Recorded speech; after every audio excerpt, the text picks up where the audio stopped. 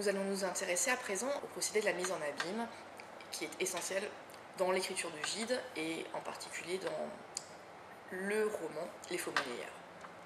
Alors avant d'en venir à la forme qu'il prend dans l'œuvre, quelques éléments de définition. Gide n'a pas inventé le principe, mais il est le premier à en avoir proposé une définition, imposant au passage l'orthographe du mot.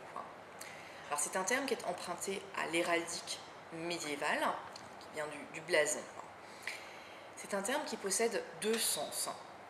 S'agissant de la littérature, il désigne d'abord, au sens large, la présence dans un récit premier, dans un récit cadre, d'un récit second, plus court, distinct donc du premier.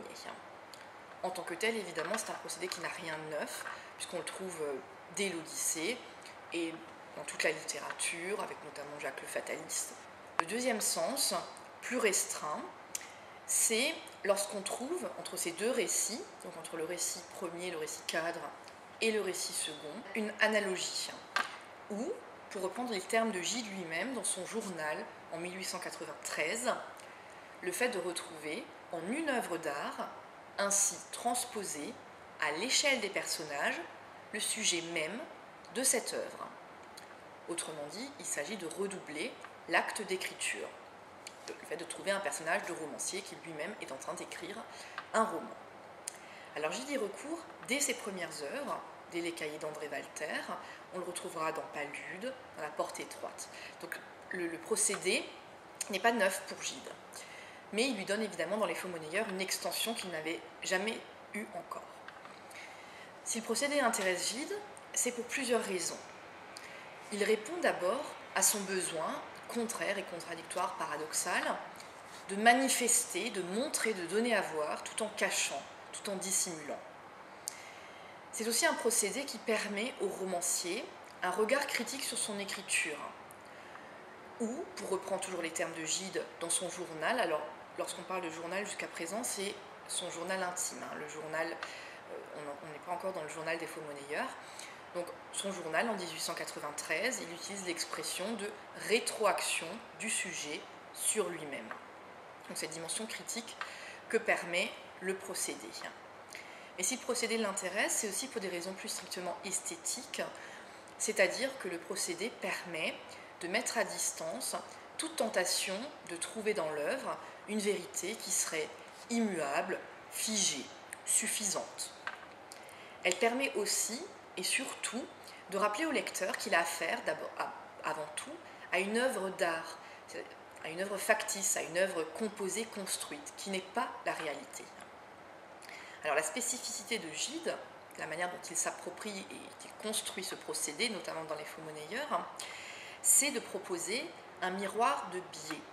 C'est-à-dire que le procédé de la mise en abîme n'est pas simplement une duplication, mais qu'il y a des décalages et des distances lorsqu'il reproduit à l'échelle romanesque le procédé. Alors on va s'intéresser maintenant justement aux formes qu'il prend dans le roman. Les deux types de mise en abîme, c'est-à-dire au sens large et au sens restreint, sont présentes dans l'œuvre. Au sens large d'abord, puisqu'on trouve dans le roman un nombre impressionnant, important, de récits seconds, qui présentent un autre point de vue sur l'action.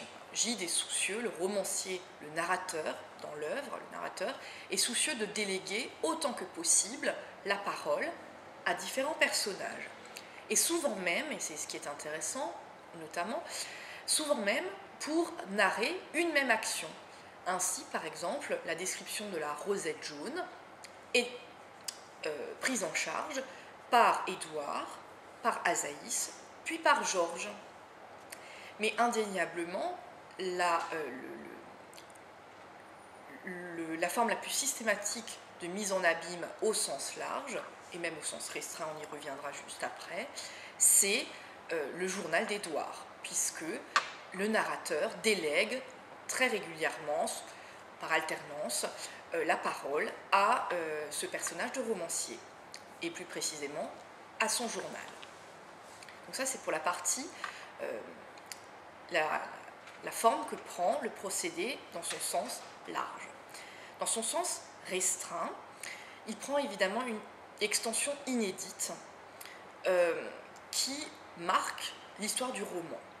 En effet, Gide met en scène un personnage de romancier qui cherche à écrire un roman intitulé lui-même « Les faux-monnayeurs ». Bien plus, ce romancier tient lui-même un journal, comme Gide avait tenu son journal au moment où il a écrit Les faux-monnayeurs. Et Gide écrit lui-même au moment où il écrit son propre journal, qui est devenu le journal des faux-monnayeurs, qu'il le voit très bien versé tout entier dans le livre, les futurs faux-monnayeurs, en formant l'intérêt principal pour la majeure irritation du lecteur. On voit donc que les connexions et les liens sont multiples. Pour autant, il ne s'agit pas d'une simple duplication. Édouard n'est pas Gide. Comme on le rappelait précédemment au moment de la définition, Gide est soucieux de proposer un miroir de biais. Ce n'est pas une simple transposition. De fait, Édouard est un écrivain raté. Un romancier raté, il n'arrivera jamais à écrire Les faux-monnayeurs, contrairement à Gide. Et de même, les points de vue sur le roman que défend Édouard dans l'œuvre ne se superposent pas au point de vue de Gide.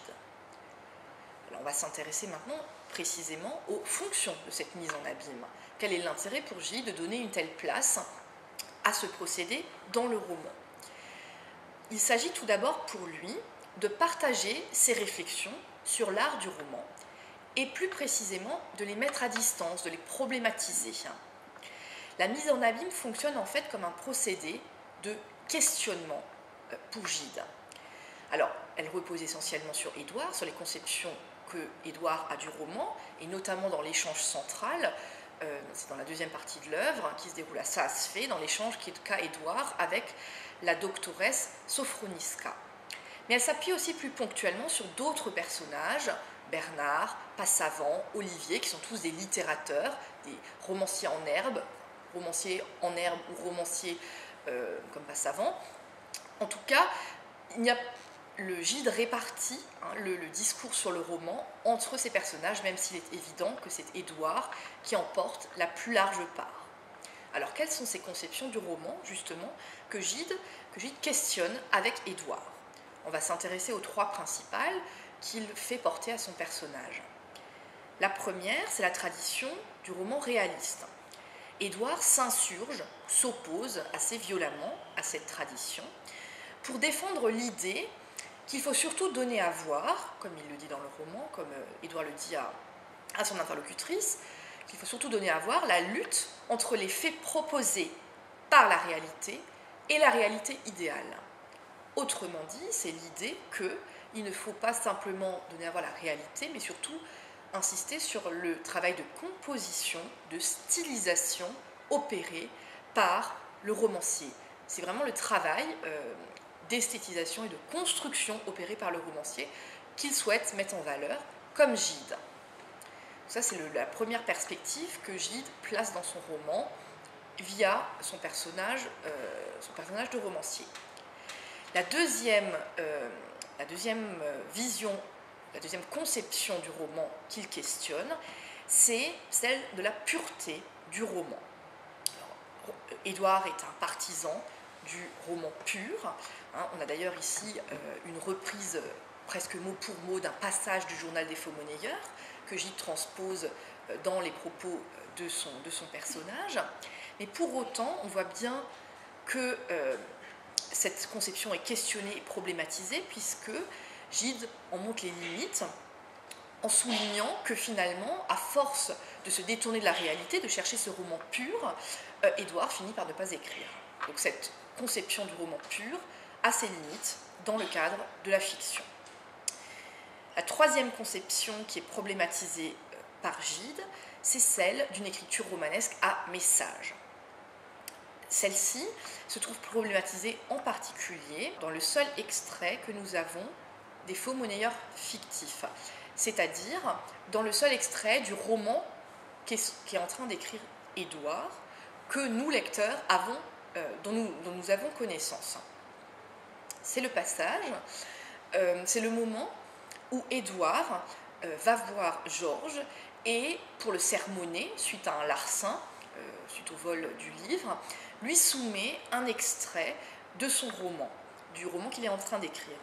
Et donc Édouard se sert de son propre roman pour moraliser le jeune homme.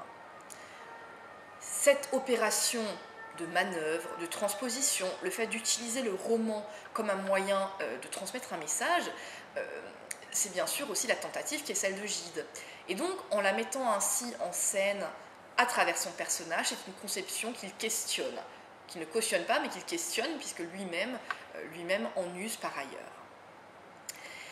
Parallèlement à toute cette fonction qu'on pourrait qualifier d'esthétique, c'est-à-dire le fait de partager par la mise en abîme une réflexion sur l'art du roman, la mise en abîme assume une fonction plus morale, voire idéologique. Et on voit bien finalement que le reproche qu'il paraît faire à son romancier, de se servir de son œuvre comme d'un message, Gide le fait lui-même finalement, puisque la mise en abîme, elle assume cette même fonction. Alors, un exemple pour être précis, on peut penser notamment à l'apologue de Vincent Moulinier, le frère d'Olivier, dans ce qui paraît être a priori une digression sur les bourgeons, sur la construction, la façon dont les plantes se développent. En fait, tient un discours très construit qu'on peut lire, nous, lecteurs, à un autre niveau.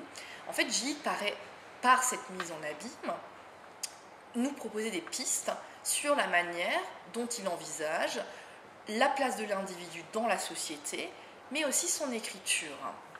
En effet, Vincent Moulinier dit que les bourgeons qui se développent le mieux sont ceux qui sont les bourgeons terminaux, c'est-à-dire ceux qui sont le plus éloignés du tronc familial. Or, cette description correspond bien au comportement et à l'évolution du personnage de Bernard, puisque Bernard va précisément se développer, se construire en quittant le foyer familial. Donc on voit bien comment, dans la mise en abîme, comment dans le discours de son personnage, Gide transpose ou explicite l'évolution, la trajectoire de ses personnages.